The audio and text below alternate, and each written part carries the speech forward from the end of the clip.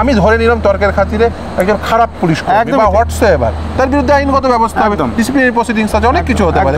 কিন্তু শাসক দলের নেতাকে কে অধিকার দিয়েছে তার মা বউ তুলে গালাগাল করা? এই যে ওনার বডি ল্যাঙ্গুয়েজ, ওনার কথার ধরন থেকেই খুব পরিষ্কার বোঝা যায় এই ভাষায় উনি অভ্যস্ত। ফাম্বল করছেন না একটু বলতে গিয়ে, পরপর বলে যাচ্ছেন, বৃষ্টির মতো বলে যাচ্ছেন।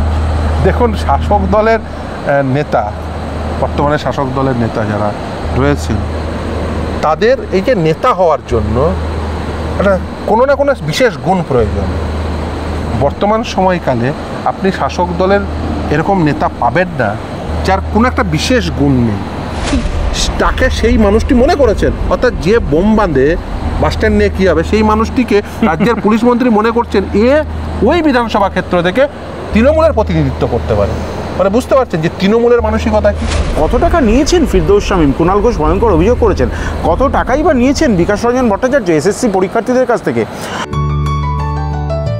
নমস্কার দর্শক, আপনারা দেখছেন কবির সৌরভের ইউটিউব চ্যানেল। জানি না কতদিন এই চ্যানেল নিয়ে আপনাদের দরবারে আবার আসতে পারবো, কেননা আমরা তো নিতান্ত চুনোপুটি।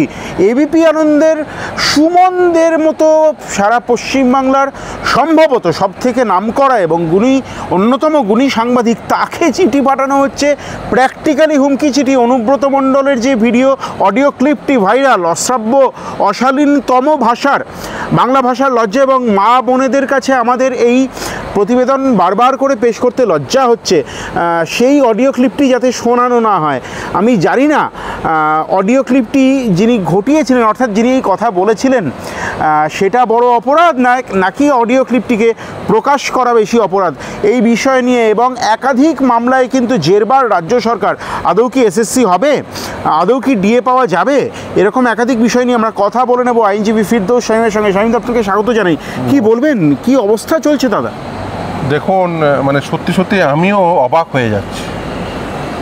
এমার্জেন্সি পিরিয়ডে সংবাদপত্রকে ডিকটেট করা হতো যে এই খবর ছাপা হবে, এই খবর ছাপা হবে না, একটা এমার্জেন্সি ছিল। আর আজকে এই রাজ্যে বসে একটি জেলার পুলিশ ঠিক করে দিচ্ছে এই রাজ্যের নাম্বার 1 শো, সেই শোয়ের একজন নাম্বার 1 সাংবাদিক, মানে সুমন দেকে এই বলে অনেকেই, আপনারা সাংবাদিকরাই তারাই অভিহিত করেছেন, সংবাদপত্রের উত্তম কুমার, অবশ্যই দীর্ঘদিন তার কেরিয়ার, অবশ্যই তাকে চিঠি দিয়ে আসলে বার্তা দিচ্ছে ওই যে ছোট ছোট ইউটিউবারদের, ওই যে ফেসবুকে যারা লেখালেখি করে যে তোমরা কেউ অনুব্রতের বিরুদ্ধে কথা বলার সাহস করো না। দেখো, আমি কিন্তু সুমন দেকে চিঠি পাঠাতে পারি, সুমন দেকে থ্রেট করতে পারি, তুমি কোন হরিদাস পাল, তোমাকে ধরবো, সুমন দেখে তো চিঠি পাঠিয়েছি, ওটাকে বন্ধ করতে। আগেকার দিনে ওই দেখবেন ওই ডাকাতরা যখন ডাকাতি করতে আসতো তার আগে একটা চিঠি পাঠাতো যে তুমি এত পাঠিয়ে দাও, তাহলে না হলে তোমার বাড়িতে ডাকাতি হবে, শুনেছি। আর আজকের মানে নতুন যুগের পুলিশদের দেখছি, তুমি যদি শো বন্ধ না করো, শোয়ে এইসব দেখানো বন্ধ না করো, রাদার স্পেসিফিকলি বললে, তাহলে কিন্তু তোমার বিরুদ্ধে আইনানুগ ব্যবস্থা নেয়। আচ্ছা বলুন তো, ধরুন দুজন ব্যক্তি কথোপকথন আছে, সেই কথোপকথনে কোনো একটা ক্রিমিনাল অ্যাক্টিভিটি আছে, সেই ক্রিমিনাল অ্যাক্টিভিটিটা আপনি আপনার এই ইউটিউব চ্যানেলে দেখালেন, পেয়েছেন সোর্স, আপনি সোর্স রিভিল করতে বাধ্য। একেবারেই না, ভারতবর্ষের আইন বলছে যে আপনি সোর্স রিভিল করতে বাধ্য, এবং এটা আমাদের এথিক্স। এবং শুধু তাই না, আপনাকে বলি ভারতবর্ষের সংবিধান কি বলছে এবং ভারতবর্ষের সর্বোচ্চ ন্যায়ালয় বিভিন্ন জাজমেন্টের মাধ্যমে কি প্রতিষ্ঠা করেছেন, কি করেছেন, এটাই করেছেন যে ভারতবর্ষের ইভেন যে ধরুন সুপ্রিম কোর্ট, সে যা ল ডিক্লেয়ার করে, যা জাজমেন্ট দেয়, সেটা law of the land. Even ধরুন একটি সংবাদপত্রের এই অধিকার রয়েছে সেই জাজমেন্টে চুলচেরা বিশ্লেষণ করা, ইন গুড ফেথ সেই জাজমেন্টকে বিশ্লেষণ করে, ইভেন সেই জাজমেন্টটি যে বেঠিক হয়েছে সেটার যুক্তিসঙ্গত কারণ দেখানো। আচ্ছা ধরুন ইমার্জেন্সি পিরিয়ডে সুপ্রিম কোর্টের একাধিক জাজমেন্ট নিয়ে প্রশ্ন ছিল, পরবর্তীতে সুপ্রিম কোর্টই বলেছে, একাধিক বিচারপতিরা বলেছে যে এটা এরোনিয়াস ছিল, অন্যায় না নয়। একাধিক বরিষ্ঠ সাংবাদিক থেকে শুরু করে জুরিস্ট তারা বলেছেন অন্যায়। সুপ্রিম কোর্টের সর্বোচ্চ ন্যায়ালয়ের যেটা law of the land judgement, সেটাকে আপনি অ্যানালিসিস করার অধিকারী, অথচ আপনি বীরভূমের পুলিশের করি তো আমরা কাজকে করেন, সেটা যথার্থই করেন একেবারেই। বীরভূমের পুলিশের কাজকে নিয়ে আপনি প্রশ্ন করতে পারবেন না। কেন ওই মেডিকেল সার্টিফিকেটটি নিয়ে এত স্যাটিসফাই হয়ে গেল যে না, উনি অনুব্রত মণ্ডল তিনি বাড়ি থেকে পার্টি অফিস যেতে পারবেন, কিন্তু বাড়ি থেকে পুলিশের কাছে যেতে পারবেন 200 মিটার? এই প্রশ্ন আপনি করতে পারবেন না, কারণ ওটা ভারতবর্ষের সংবিধানের ঊর্ধ্বে। মানে ভারতবর্ষের অনুব্রতের অ্যাক্টিভিটি ভারতবর্ষের সংবিধানের ঊর্ধ্বে, অতএব ও নিয়ে প্রশ্ন করার আপনি হকদারই না। আপনাকে কেন করতে দেওয়া হবে? করতে দেওয়া হবে। পুলিশের গাড়িতে বোম মারো, এটা বলার পরে পুলিশ মন্ত্রী বলছেন ওর মাথায় অক্সিজেন কম যায়। আপনি কোন পুলিশ হরিদাস পালে যে আপনার মাকে আপনার বউকে গালাগালি করেছে, তারপরে আপনি প্রশ্ন তুলবেন? আপনি কোন হরিদাস পাল? আপনি তো কেউ নন, আপনি একদম প্রশ্ন করবেন না। প্রশ্ন করে ভুল করছেন। অনুব্রত মণ্ডলকে সার্টিফিকেট দিয়েছে রাজ্যের মুখ্যমন্ত্রী তথা পুলিশ মন্ত্রী, আপনি কে হেউ? অনুব্রত তো প্র্যাকটিক্যালি আবার খেলছেন শামীমদা, একটা ক্ষমা, একটা চিঠি মাত্র ক্ষমা চেয়ে, এবং তাতেও নিজের হয়ে মানে আত্মপক্ষ সমর্থনের বেশিরভাগটা আত্মপক্ষ সমর্থন, জাস্টিফিকেশন, তারপরে একটা ছোট্ট করে বাঁহাতে পুজো করার মতো করে। এটা ক্ষমা? ক্ষমা চেয়ে কেউ কালকে ধরুন কেউ একজন ক্রিমিনাল অ্যাক্টিভিটি করলো, হ্যাঁ, তারপর সে একটা দলের কাছে ক্ষমাপত্র দিল, হ্যাঁ, আর পুলিশকে একটা ক্ষমাপত্র দিল, ছাড় পেয়ে যাবে? হ্যাঁ। এটা কি ভারতবর্ষের আইন নাকি? তাহলে সেই রুল ফ্রেম হচ্ছে এখন। মানে আপনি ভাবুন, এই যে ধরুন অনুব্রতর জায়গায় আপনি যে কোনো একটা বিরোধী নেতার মুখ বসিয়ে দিন, যে কোনো এই পশ্চিমবঙ্গের যে কোনো একটা থানার একজন আধিকারিকের সঙ্গে এই কথোপকথন করুন, ভাবুন একবার, করুন আমি বলছি, একেবারেই ভাবুন একেবারেই, তাহলে সেই বিরোধী দলের সেই নেতাটির কি অবস্থা হবে? ঠিকই তাই। আসলে এরা যেটা করছেন বলুন তো, এরা আসলে প্রতিদিন আমি বলবো বাঘের পিঠে চড়ছেন। এই যে ধরুন, এই যে শাসক দলের নেতা আমি, আমার মাথার উপরে পুলিশ মন্ত্রী তথা মুখ্যমন্ত্রীর হাত রয়েছে, মানে আমি পুলিশকে গালাগালি দিয়ে পার পেয়ে যেতে পারি। পুলিশের কর্তাকে আমি ঘড়ি দেখিয়ে বলতে পারি যে রাত্রি 9টার মধ্যে ঢুকে যাব, সব চুরমার করে দেব, এটা বলতে পারি। আচ্ছা, এই পুলিশের মনে ক্ষোভ জন্মাচ্ছে না? আজকে আপনার মাথায় যার হাত আছে তিনি পুলিশ মন্ত্রী, তিনি মুখ্যমন্ত্রী, জন্মাচ্ছে, হ্যাঁ অবশ্যই জন্মাচ্ছে। সেই পুলিশকে আবার দেখুন ওই অনুব্রত মণ্ডলকে আবার সুরক্ষা দিতে হয়। আচ্ছা, যারা সুরক্ষা প্রদান করছে তারা দেখতে পাচ্ছেন না, তারা পুলিশকে রিপোর্ট করছে। আচ্ছা, সুপ্রিম কোর্টের কোন জাজমেন্টে বলেছে যে একজন যে অভিযুক্ত সে একটা মেডিকেল সার্টিফিকেট দিয়ে দিলে তুমি স্যাটিসফাইড হতে হবে? তোমাকে স্যাটিসফাই করার জন্য যে মেডিকেল সার্টিফিকেট, তুমি সেটা স্যাটিসফাইড চুপচাপ বসে থাকবে? আচ্ছা, ভারতবর্ষে আমি পশ্চিমবঙ্গে ধরুন বিভিন্ন বিরোধী নেতাদের প্রতিদিন পুলিশ এরকম হাজার হাজার কেস হয়, নোটিশ দিচ্ছেন, তাদের মেডিকেল সার্টিফিকেট দিয়ে দিলে আপনি ছেড়ে দেবেন তো? আচ্ছা, অন্বেষ কুমারে তাই বলেছিল। আচ্ছা, মেডিকেল সার্টিফিকেট দিলে তার তদন্ত হতে পারে না? এই মেডিকেল সার্টিফিকেট জেনুইন কি জেনুইন না? আচ্ছা, ভেবে নিন, আমি তর্কের ক্ষেত্রে অন্য কিছু। এই যে জাজমেন্টটি অন্বেষ কুমার, সেখানে মূলত কিসের জন্য এই জাজমেন্ট দেওয়া হয়েছিল? আপনি জাজমেন্টটা যদি পুরোটা পড়েন তাহলে দেখবেন যে আসলে পুলিশ নাগরিকদের আগে যে কোনো অপরাধে অ্যারেস্ট করে নিচ্ছে, তাকে তদন্তে সহযোগিতা করার সুযোগ দেওয়া হবে। আর এখানে আপনি কি দেখছেন? তদন্তে সহযোগিতা না, তদন্তকে কিভাবে বাইপাস করা যায়। তদন্তে আমি সহযোগিতা করব না, আমি পার্টি অফিস যাব, কিন্তু আমি পুলিশের কাছে যাব না। একটা সরকারি হাসপাতালের বিএমএই তিনি বেসরকারি হাসপাতালে তার সার্টিফিকেট দিয়ে দেবেন। আচ্ছা, সরকারি হাসপাতালের বিএমএই কি করে বেসরকারি হাসপাতালে ধরে নেওয়া হচ্ছে তিনি নন প্র্যাকটিসিং অ্যালাউন্স নেন না? পারবেন না, আপনাকে বলে দিই স্পেসিফিকলি, পারবেন না। উনি এনপিএ নিতেই হবে ওনাকে। উনি West Bengal public health and administrative সার্ভিসের অফিসার, WBPHNS। পশ্চিমবঙ্গে ডাক্তারদের মানে পশ্চিমবঙ্গের সরকারি ডাক্তারদের 3 রকমের ক্যাডার। সেটা কি তিনি অ্যাডমিনিস্ট্রেশনে আছেন বলে? হ্যাঁ, পশ্চিমবঙ্গের সরকারি ডাক্তারদের 3 রকম ক্যাডার হয়। West Bengal health service cadre, West Bengal public health and administrative service cadre, অর্থাৎ বিএমওইচ, এসিএমওইচ, সিএমওইচ, ডিএইচএস, এরা জনস্বাস্থ্য, হ্যাঁ, এরা WBPH অ্যান্ড AS এর ক্যাডার। এরা প্র্যাকটিস করতেই পারেন না, এটা নন প্র্যাকটিসিং পোস্ট। আর হচ্ছে West Bengal WBMES, West Bengal medical education service, যেগুলো মেডিকেল কলেজের যারা শিক্ষকতা করেন, তারা এই 3 রকম ক্যাডার। WBHS এর যারা, তারা NPA ছেড়ে দিয়ে তারা প্র্যাকটিস করতে পারে। হিটলার রাজা চৌধুরী বলেছেন ওই রেজিস্ট্রেশন নাম্বার তার নয়, কিন্তু মিলিয়ে দেখা যাচ্ছে একই। তাকে আপনি গিয়ে ওই অঞ্চলে এখন গিয়ে ওই ব্লক হাসপাতাল, তো হাসপাতালে ডাক্তার, রামপুরহাট 1 ডাক্তার, তো আপনি গিয়ে তাকে ওই হাসপাতালে এখন পাবেন? আচ্ছা, এটাই যদি হয় পালিয়ে বেড়াচ্ছেন কেন? ফেস করুন। দেখুন, আমি একটা কথা বলি, আপনি যদি মিথ্যা কথাকে ঢাকতে গিয়ে, একটা মিথ্যা কথা ঢাকতে গিয়ে 100টা মিথ্যা কথা বলবেন, তাতে আপনি পার পাবেন না। এবং যে বিপদ আপনি ডেকে, মানে যে কাজ করেছেন, তার ফলে যে আপনি কি বিপদ ডেকেছেন, আপনি ভয়ঙ্কর বিপদ, একদিক দিয়ে নয়, দুদিক দিয়ে। এই যে বেসরকারি হাসপাতালগুলো, বিশেষ করে বেসরকারি মেডিকেল কলেজগুলো, এরা ওই মেডিকেল কাউন্সিল অফ ইন্ডিয়া থেকে তো তাদের রেজিস্ট্রেশন পেতে হয়, সেই সময় তাদের চিকিৎসক দেখাতে হয়। এখন তো প্রশ্ন উঠে যাচ্ছে, ওই হাসপাতালটা কার? মলয়পীঠ কে কি কাকে কাকে ডাক্তার দেখানো হয়েছিল? ভয়ঙ্কর অভিযোগ, অনেক অভিযোগ। কি করা হয়েছিল?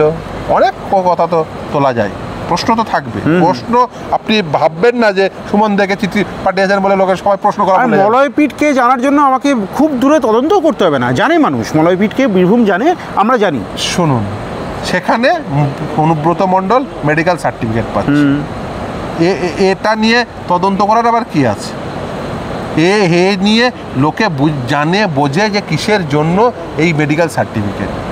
যে মানুষ গটগট করে গিয়ে ওই পার্টি অফিসে যেতে পারছে, সে পুলিশকে অ্যাসিস্ট করতে পারছে না, সাধারণ বুদ্ধি। আচ্ছা বলুন তো, যে এই গালাগালি, আমি তো বিরোধী দলের কথা বললাম, পুলিশ তারা নিজের বাড়িতে একেবারেই গিয়ে তো নিজের মা, স্ত্রী, তাদের সামনে দাঁড়াতে হয়।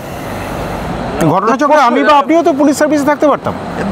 আমাদের বাড়ির ছেলেরাই তো থাকে, আমার বাড়ির ছেলেরাই থাকে, এর কোনো সন্দেহ নেই। একেবারেই তাই, আমার বাড়িতেও আছে, আমার আত্মীয়রা আছে, এর কোনো সন্দেহ নেই একেবারেই। কিন্তু তার মাকে, তার বউকে জোরে গালাগালি করছেন, তারপরে সেই পুলিশকেই তাকে সুরক্ষা প্রদান করতে হচ্ছে, অথচ পুলিশ মন্ত্রী নিশ্চুপ, তিনি একটি কথা বলবেন না। আগে তো আপনি তাকে সমর্থন করে, পুলিশের গাড়িতে বোম মারার পরে সমর্থন করে তাকে মাথায় অক্সিজেন কম পৌঁছে দিয়েছিলেন, এবারের জন্য কি বলবেন? ওই অসুস্থতা, করোনা হয়েছে বলে শোনা যাচ্ছে, অসুস্থতা এটা দেখাবেন। অসুস্থ হলে, আচ্ছা পুলিশের অসুস্থ যদি কেউ হয়েও যায়, আচ্ছা পুলিশ যদি তার হেফাজতে নেই, চিকিৎসার ব্যবস্থা নেই, বন্দী তাদের চিকিৎসা হচ্ছে। আর তৃণমূল কংগ্রেসের তো এই রোগ তো আছেই, ওরা জেলে গেলেই তো অসুস্থ হয়ে যায়। এক্ষেত্রে আপনি একটু ভুল বললেন, জেলে যাওয়ার আগে অসুস্থ হয়, জেলে গেলেও অসুস্থ হয়। মানে ওদের তো দেখেছি ওই পাত্রচারে যে এরকম বুকে হাত দিয়ে এরকম করে তাকে হুইল চেয়ারে নিয়ে যাওয়া হচ্ছে, এ তো কমন চিত্র। ওদের জেলে যেতে হলে, আর ওদের জেল মানে ওদের জেল, ওদের জন্য হাসপাতালে, ওদের জন্য জেল হয়, উডবার্ন ব্লক আছেই। এই যে ধরুন এই বিষয়গুলো এরা বুঝতে পারছে না যে মানুষের ক্ষোভ কিভাবে পুঞ্জীভূত হচ্ছে। বেকার তরুণী চাকরি পাচ্ছে না, পুলিশ দিয়ে পাচ্ছে না, সেই পুলিশের মা বউ করে দেওয়া হচ্ছে, মা বউকে মানে গালাগালি করা হচ্ছে, অথচ সেই পুলিশ যে এই নিয়ে প্রশ্ন, তারও এই প্রশ্ন করছে, যথার্থ প্রশ্ন, তাকেই আমি বলবো চিঠি লিখতে বাধ্য। হ্যাঁ, আইসির ফোন বাজেয়াপ্ত করা হলো। দেখুন, এই অডিওতে নিশ্চিতভাবে আইসির ফোনও বাজেয়াপ্ত করবেন, তার ফোনও বাজেয়াপ্ত করবেন, আইসিরও কণ্ঠের নমুনা নেবেন, তারও কণ্ঠের নমুনা নেবেন, দিয়ে সেটাকে মিলিয়ে দেখবেন। তার ফোন বাজেয়াপ্ত করা হয়নি, দেখুন কার ফোন। এবং বলা হচ্ছে, আপনি নিশ্চয়ই জানেন, আমি দর্শকদের জানার জন্য বলছি, শামীমদা, আইফোনের ফেস টাইম অ্যাপে ফোন করা হয়েছে, আইসি নাকি ফোন রেকর্ড করে স্পিকারে দিয়ে অন্য ফোনে রেকর্ড করেছেন, যদি তিনি তাই করেনও অন্যের কনসেন্ট ছাড়া। আবার কনসেন্টের আবার কি, ও মানে গালাগালি দেবে, আমি তরকারি খাতে গালাগালি দেবে, একেবারেই তাই, মানে সেটাকে রেকর্ড করা যাবে না, একেবারেই তাই, মানে কোন আইনে লেখা আছে? একেবারেই তাই। হ্যাঁ, মানে আপনি ধরুন সাপোজ কালকে মানে ভারতবর্ষের মধ্যেই কোনো একজন ভারতীয় নাগরিক সে একটা অপরাধমূলক কার্যকলাপ, আমি ভিডিও করতে গেলে বলে ভিডিও করা যাবে না। হ্যাঁ, আমি শুধু বলছি আপনি আইনটা জেনে নিন।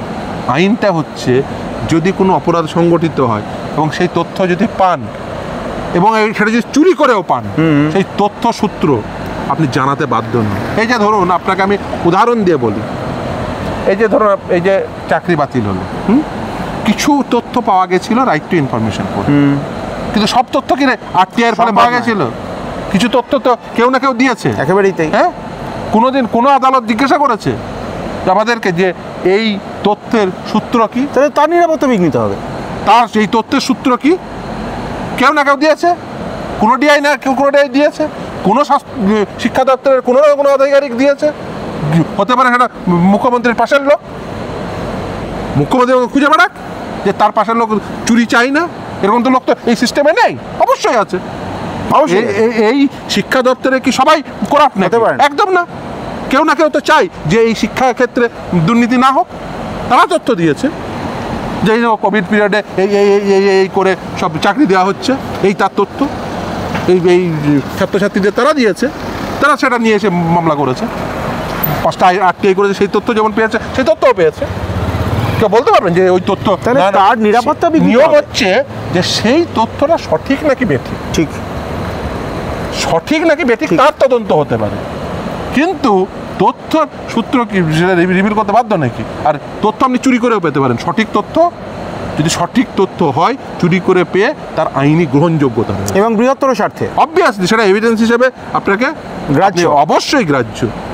এই এসএসসি মামলা চলাকালীন সর্বোচ্চ ন্যায়ালয়ে ভারতবর্ষের প্রধান বিচারপতি যখন সেই নিয়ে প্রশ্ন ওঠে, ভারতবর্ষের প্রধান বিচারপতি এক্স্যাক্টলি এই আমি যা যা বললাম সেটাই ইংরেজি করে বলেছিল, সেটাই আদালতের কাছে এভিডেন্স হিসাবে গ্রাহ্য। সেটা যদি জেনুইনিটি থাকে, ঠিকই তাই। আপনি ফেস টাইমে খিস্তি দেবেন, মা বোন করবেন, মা বউ করবেন, রেকর্ড করা যাবে না। না না, আমি অনুব্রত মণ্ডলের প্রাইভেসিটা, আজকে তৃণমূল কংগ্রেসের এক মুখপাত্র ছিলেন, তিনি এটাই বলার চেষ্টা করছিলেন তার প্রাইভেসি বিঘ্নিত হচ্ছে বলে। একজন ধরুন কালকে একজন জঙ্গি, সাপোজ তর্কের খাতিরে একজন জঙ্গি, সে ভারতবর্ষে জঙ্গি কার্যকলাপ চালাবে, সেটা কাউকে ফোনে বলছে, ছেড়ে দিন, ফোনে বলছে, আপনি পাশ দিয়ে যাচ্ছেন, যে লোকটাকে ফোনে বলছে সে লাউড স্পিকারে কথা বলছে, আপনি যদি ভিডিও করেন আপনি অন্যায় করেছেন? ও না না, ওনাকে ওনার প্রাইভেসি সব বজায় রাখুন, উনি ভারতবর্ষে জঙ্গি কার্যকলাপ করানো হোক, আপনি শুনে চুপচাপ পাশ দিয়ে চলে গেলেন।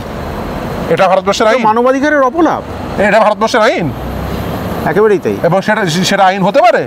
এটা বোঝার জন্য বিরাট বড় আইনজ্ঞ হওয়ার দরকার নেই, সাধারণ লজিক।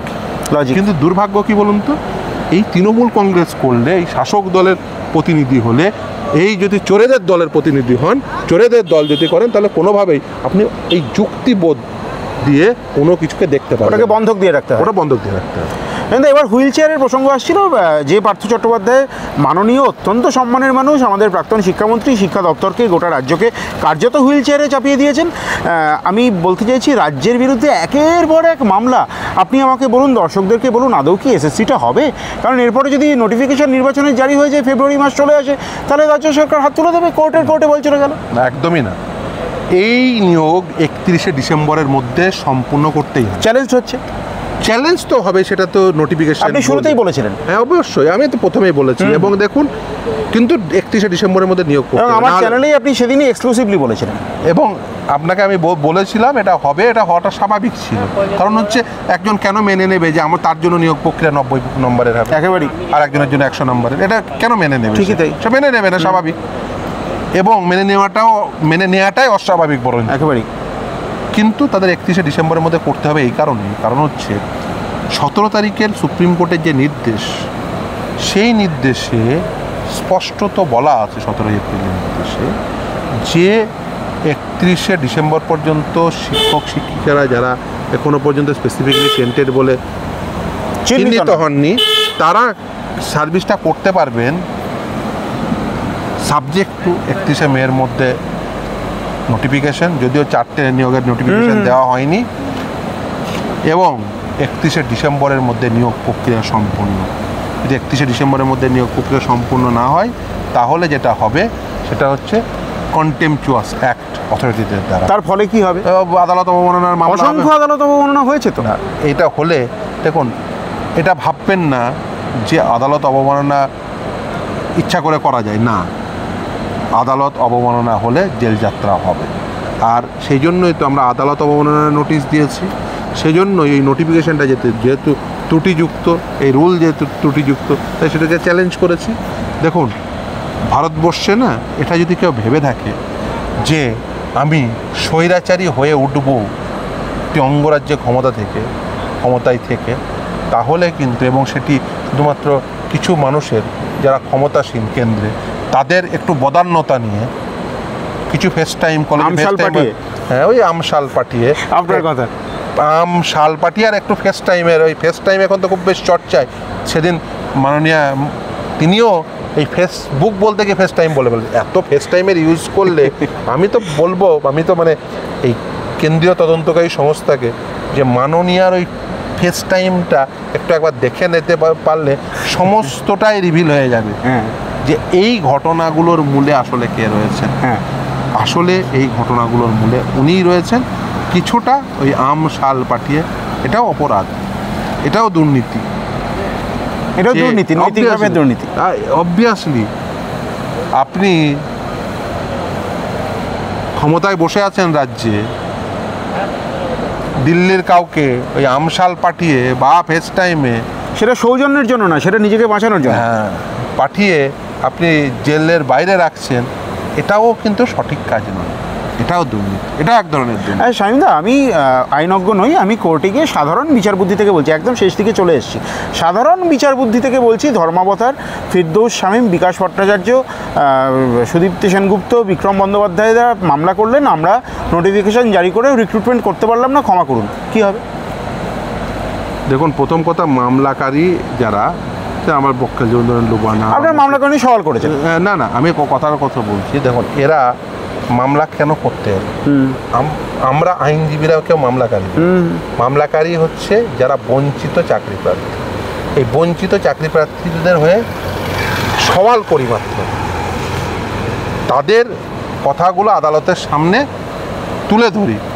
বঞ্চনাটা তাদের, কোনো আইনজীবী এই অ্যাক্টের জন্য রেসপন্সিবল হতে পারে না। দেখুন, তাহলে আপনাদের মামলাবাজ বলা হয় প্রশাসন, সেটা দেখুন, সেটা তাদের, আমি বলবো যে সেটা তাদের আন্ডারস্ট্যান্ডিংয়ের দৈন্যতা। কারণ আন্ডারস্ট্যান্ডিংয়ের দৈন্যতা নিয়ে তো আর আমি বলতে পারি না। দেখুন, এটা যদি না বোঝেন, তারা হয়তো ভেবেছেন যে বেসিক্যালি এত দৃঢ়তার সঙ্গে যদি এই আইনি উপস্থাপনা যদি না হতো, যদি কিছু ফ্যাক্ট না বলতো, তাহলে হয়তো তারা বেঁচে যেত।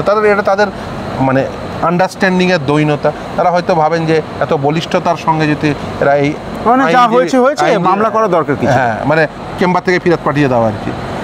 আপনি আমি বলিনি, মদন মিত্র বলেছেন, বলেছেন, যাই হোক, বললে চাকরি তো করছিল, দুর্নীতি করে হোক, চাকরি তো করছিল, যাই হোক, মানে তিনি তার আন্ডারস্ট্যান্ডিং থেকে বলেছেন। কিন্তু একটা জিনিস আপনি নিশ্চিতভাবেই বুঝবেন, দেখুন, আমি যদি ধরুন সাপোজ তর্কের খাতিরে আমি বিকাশ ভট্টাচার্য মামলা করলাম না, আর 5 জন উকিল কি মানে ভারতবর্ষে কি আর কোনো আইনজীবী নেই? একেবারেই ভারতবর্ষে বা পশ্চিমবঙ্গে কোনো আইনজীবী নিশ্চিতভাবেই রয়েছে। এবং আমি মনে করি প্রতিটি আইনজীবী বন্ধু সমান দক্ষতার সঙ্গে এই মামলা তারা উপস্থাপনা করতেন। দেখুন, আমার আদার সাইড যারা ছিলেন, তারা সমান দক্ষতা বা তারা আমার থেকে বেটার দক্ষতায় আমি বলবো, কিন্তু এভিডেন্স এত শক্তিশালী।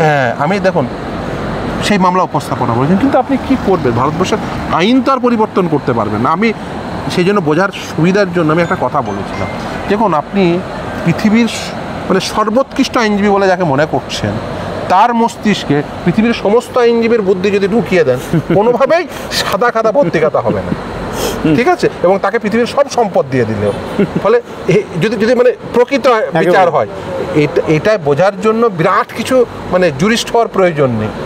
এইটা এবার আপনি বলতে পারেন যে আমি যাই বলি না, দক্ষতার ফারাক তো নিশ্চিতভাবেই হয়।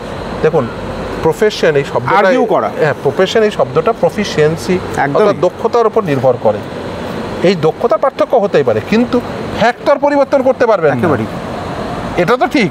এবার ওরা হয়তো ভাবছে যে এরা এত দৃঢ়তার সঙ্গে যদি না থাকতো এদের সঙ্গে, এরা মানে খেটে খাওয়া গরিব বাড়ির ছেলে, তাহলে ওই সুপ্রিম কোর্ট পর্যন্ত ছুটতে পারতো না, তাহলে তাদের সুবিধা হতো, এটা তারা ভাবতেই পারতেন। হ্যাঁ, নিশ্চিতভাবে তাদের সঙ্গে ছিলাম, কারণ তারা গরিব বাড়ির ছেলেদের থেকে লক্ষ লক্ষ টাকা নিয়েছেন আপনারা। সে গরিব বাড়ির ছেলেরাই বলে দিতে পারবে যে লক্ষ লক্ষ ছেলে যারা প্রকৃত মক্কেল আমার, তাদেরকে গিয়ে একবার জিজ্ঞাসা করুন যে কত লক্ষ লক্ষ টাকা তাদের কাছ থেকে নিয়েছি। এবং এই যে মানে কলকাতা থেকে দিল্লি পর্যন্ত, এই যে ধরুন আমার বাবার তো নিজস্ব কোনো এয়ারলাইন্স নেই, যে আমার বাবার এয়ারলাইন্সে আমি যাতায়াত করি, বা বাবার নিজস্ব মানে এয়ারক্রাফটও নেই যে আমি যাতায়াত করি। যাই হোক, তো সেখানে তো একটা খরচা আছে। কত টাকা খরচা হতে পারে এই যতবার শুনানির জন্য যাতায়াতে, আর কত টাকা দিয়েছে সেটা মানে হিসাব করলেই পরিষ্কার হয়ে যাবে। রীতিমতো দিল্লিতে মানে এটা কোনো আমার কোনো উন্নাসিকতা থেকে বলছি না, এবং আমি মানে সত্যি সত্যি কৃতজ্ঞ, আপনার ক্যামেরার সামনেই বলছি যে বিকাশ রঞ্জন ভট্টাচার্যের মতো আইনজীবীরা ছিলেন, আমি নিশ্চিতভাবেই করেছি। তারা আমার কাছে প্রথমে এসছেন, আমি নিশ্চিতভাবেই তাদের ড্রাফট রেডি করে একদম সিঙ্গেল বেঞ্চ থেকে শুরু করে ডিভিশন বেঞ্চ, সুপ্রিম কোর্ট পর্যন্ত গেছি। কিন্তু ধরুন তিনি একজন বরিষ্ঠ আইনজীবী, এবং তার যা ফিজ, সত্য কথা বলতে এই মামলায় যতগুলো শুনানি হয়েছে মানে single bench, division bench, supreme court, আমার মানে তিনি যদি ধরেন মানে সাধারণভাবে কী হয়, যে কোনো সিনিয়র কাউন্সিল যিনি ব্রিফিং কাউন্সিল থাকেন তার কাছ থেকে ব্রিফড হন, তো স্বাভাবিকভাবে তিনি পে করেন, তাহলে উনি আমার কাছে যা টাকা পাবেন আর কি, হ্যাঁ, সেটা হিসাবের বাইরে।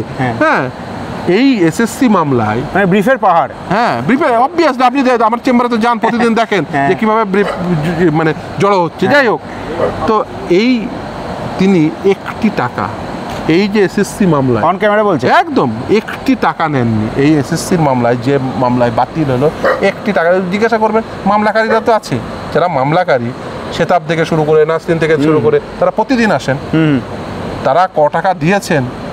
এই যে ধরুন এই যে লুবানা বা মৌসুমীরা মামলা করলো, তারা ক টাকা দিয়েছেন, তারা তো এখনো আছেন, তাদেরকে জিজ্ঞাসা করবেন। আমার একদম শেষ প্রশ্ন শামীমদা, আপনি সিঙ্গেল বেঞ্চ, ডিভিশন বেঞ্চ করে 17 বার, কতবার আমি সংখ্যা এক্স্যাক্টলি এই মুহূর্তে মনে পড়ছে না, 18 বার সম্ভবত মামলা জিতে আপনারা অবশেষে ডিএর রায় বার করে আনলেন, কিন্তু মুখ্যমন্ত্রী এখনও ডিএর কথা কিছু বললেন না। ডিএ কি পাবেন কর্মচারীরা? অবভিয়াসলি দিতেই হবে। দেখুন, আমরা এই মামলায় টোটাল 6 বার জিতেছি, মানে একদম জাজমেন্ট হয়েছে, আর ওটা 100 বার ডেফার হয়েছে, ওটা সুপ্রিম কোর্ট ডেফার হয়েছে, রাইট। 6 বার জিতেছি হাইকোর্ট এবং স্যাট মিলিয়ে। এবার খুব স্বাভাবিকভাবে এসএলপি করার অধিকার রয়েছে, সরকারের রয়েছে, কিন্তু এর পরিণতি কী হবে আপনিও জানেন, আমিও জানি। জনগণের ট্যাক্সের টাকা এই কর্মচারীদের 25% এরিয়ার দিয়ে দিতে বলেছে ইন্টারিম। আপনি এটা অন্তর্বর্তীকালীন আদেশ, আমি বলছি এর জাজমেন্ট কী হতে পারে আপনিও জানেন, আমিও জানি। এর জন্য কোনো জুরিস্ট হওয়ার প্রয়োজন নেই, কিন্তু এইটা যদি ধরেন আগে দিয়ে দিতেন তাহলে তো এই পরিমাণ টাকা একসঙ্গে দিতে হতো না। সেই জন্যই দেখুন, মানে বুদ্ধিমত্ততার সঙ্গে যদি প্রশাসন চালান না, তাহলে ক্রাইসিসে পড়তে হয় না। দুর্ভাগ্য হলেও সত্য, এরা না, প্রথম কথা এরা বুদ্ধিমত্ততার সঙ্গে প্রশাসনটা চালাবেই না, প্রথম কথা সেই দক্ষতাটাই নেই এদের, দ্বিতীয় হচ্ছে তার সঙ্গে দুর্নীতি করবে। ফলে এই দুটো একসঙ্গে যদি হয়ে যায়, একদিকে অদক্ষ, একদিকে দুর্নীতিপরায়ণ, এই দুইয়ের মিশেল হয়ে যায়, তাহলে রাজ্যবাসীর যা হয় দুরবস্থা সেটাই। কিন্তু এইটা মানে এই যা পরিস্থিতি তৈরি হয়েছে, তাতে সবথেকে বেশি ক্ষতিগ্রস্ত হচ্ছে রাজ্যের সাধারণ মানুষ। দেখুন, এরা কেউ এই দুর্নীতি করে কালীঘাটে 3টে রাস্তার উপরে পরিবারের 35টা প্লট হয়েছে, কারোর বাড়িতে টালির চালের নিচে এসি লেগেছে, বাড়িতে বড় বাড়িতে লিফট এসকালেটার হয়েছে, ঝাড়বাতি লেগেছে, কোটি টাকার ঝাড়বাতি নাকি শোনা যায়। কিন্তু সাধারণ বাড়ির ছেলেরা তারা কি পেল? সাধারণ পুলিশ কর্মীকে কি কি পেল? লাঠি। যে পুলিশ দিয়ে লাঠি মারাচ্ছে সেই পুলিশের বউ, মাকে এবং বউকে গালাগালি করাচ্ছেন মানে আপনার দলের নেতাকে দিয়ে। কোনো ব্যবস্থা হচ্ছে না। সাধারণ ছেলেমেয়েরা যাবে কোথায়? সাধারণ বাড়ির ছেলেমেয়েরা এই যে পুলিশদের কথা বলছেন, তো এরাও তো সাধারণ বাড়ির ছেলেমেয়ে, এরা পুলিশ ধরুন একেবারেই তাই, দিনের শেষে বাড়ি যেতে হয় বাড়ি, এবং তারা সাধারণ বাড়িরই ছেলে। আপনি পুলিশ কারা হয়, মানে আমি কারোর ইয়ে করছি না, আমি বলছি না পুলিশের মধ্যে অনেক। এবং একটা কথা আপনাকে থামিয়েই বলি যে পুলিশের বিরুদ্ধে আপনার আমার হাজারটা অভিযোগ থাকতে পারে, কিন্তু আমার কর্মচারীকে এই ভাষায় অপমান করা কখনোই সমর্থনযোগ্য নয়। দেখুন, পুলিশের নিচুতলার পুলিশ কর্মী যারা, বিশেষ করে বলি আইপিএসদের কথা ছেড়ে দিন, ওগুলোর ছেড়ে দিন, নিচুতলার পুলিশ কর্মীরা না সত্যি দেখুন, আমি যেহেতু এই চাকরি সংক্রান্ত মামলাগুলো বেশি করি, ফলে খুব স্বাভাবিকভাবেই বিভিন্ন কর্মচারী, সে হতে পারেন তিনি শিক্ষক, অধ্যাপক, সরকারি কর্মচারী, পুলিশ, সকলেরই তো কম বেশি যেহেতু মামলা করি তারা অনেকেই আসেন, কেউ এই যে ফেস টাইমে কল অনেকেই করেন, খুব স্বাভাবিক। এবং তারা মানে তাদের যে পরিস্থিতির মধ্য দিয়ে তাদের এখন চলতে হচ্ছে সেটা অভাবনীয়। তারাও পারছেন না, মানে তাদের কাছে এটা যন্ত্রণা, মানে তাদের কাছে এত খারাপ লাগে। আপনি ভাবুন এই যে কথা বলছিলাম আমি, যে তথ্যের সূত্র, কারণ যে মানুষটি বা যে লোকটি এই তথ্য সূত্র দিয়েছেন বা তথ্য দিয়েছেন তিনি কি মনে প্রাণে মেনে নিয়েছিলেন? মেনে নেননি তো, কিন্তু তিনি কিছু হয়তো করতে পারেননি বা হটছে এবার, কিন্তু তিনিও তো মানে সেটার বিরুদ্ধে তার মতো করে প্রতিবাদ করেছে। অবশ্যই আমি মনে করি না যে ধরুন কিছু পুলিশ কর্মী নিশ্চিতভাবেই অত্যন্ত, কিন্তু সব পুলিশ কর্মী খারাপ হতে পারে না, এটা আমি একদমই মনে করি। যদি হয় তার আইন মাফিক শাস্তি হবে, আইন মাফিক শাস্তি হবে। এই গালাগাল এবং শুধু তাই না, মানে এই অধিকার কে দিয়েছে অনুব্রত মণ্ডল? একেবারেই, যে আমি ধরে নিলাম তর্কের খাতিরে একজন খারাপ পুলিশ কর্মী বা হোয়াটসঅ্যাপার, তার বিরুদ্ধে আইনগত ব্যবস্থা হবে, ডিসিপ্লিনারি প্রসিডিংস আছে, অনেক কিছু হতে পারে, কিন্তু শাসক দলের নেতাকে কে এই অধিকার দিয়েছে তার মা বউ তুলে গালাগাল করা? কে কাকে অ্যারেস্ট করবে না? এবং উনি যে ওনার বডি ল্যাঙ্গুয়েজ, ওনার কথার ধরন থেকেই খুব পরিষ্কার বোঝা যায় এই ভাষায় উনি অভ্যস্ত। ফাম্বল করছেন না একটুও বলতে গিয়ে, পরপর বলে যাচ্ছেন, বৃষ্টির মতো বলে যাচ্ছেন। দেখুন, শাসক দলের নেতা, বর্তমানে শাসক দলের নেতা যারা রয়েছেন, তাদের এই যে নেতা হওয়ার জন্য একটা কোনো না কোনো বিশেষ গুণ প্রয়োজন। বর্তমান সময়কালে আপনি শাসক দলের এরকম নেতা পাবেন না যার কোনো একটা বিশেষ গুণ নেই। এই বিশেষ গুণ সম্পন্ন না হলে না বর্তমানে শাসক দলের নেতা তাকে করা হবে না। আমি বলেছি তো, তৃণমূল কংগ্রেসের সাধারণ কর্মী কি ওই ভাষায় কথা বলেন না? তৃণমূল কংগ্রেসের সব সাধারণ কর্মী কি চুরি করেন না? একদমই না। আমাদের অনেক বন্ধু আছেন যারা বিশিষ্ট ভদ্রলোক, এবং তৃণমূল কংগ্রেসের সাধারণ কর্মীদের তাদের কি নেই?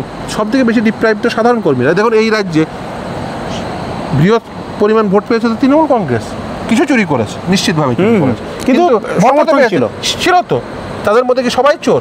না। এই যে চাকরির পরীক্ষায় ডিপ্রাইভ তৃণমূল হয়নি, সব থেকে বেশি ডিপ্রাইভ তৃণমূল কংগ্রেসের।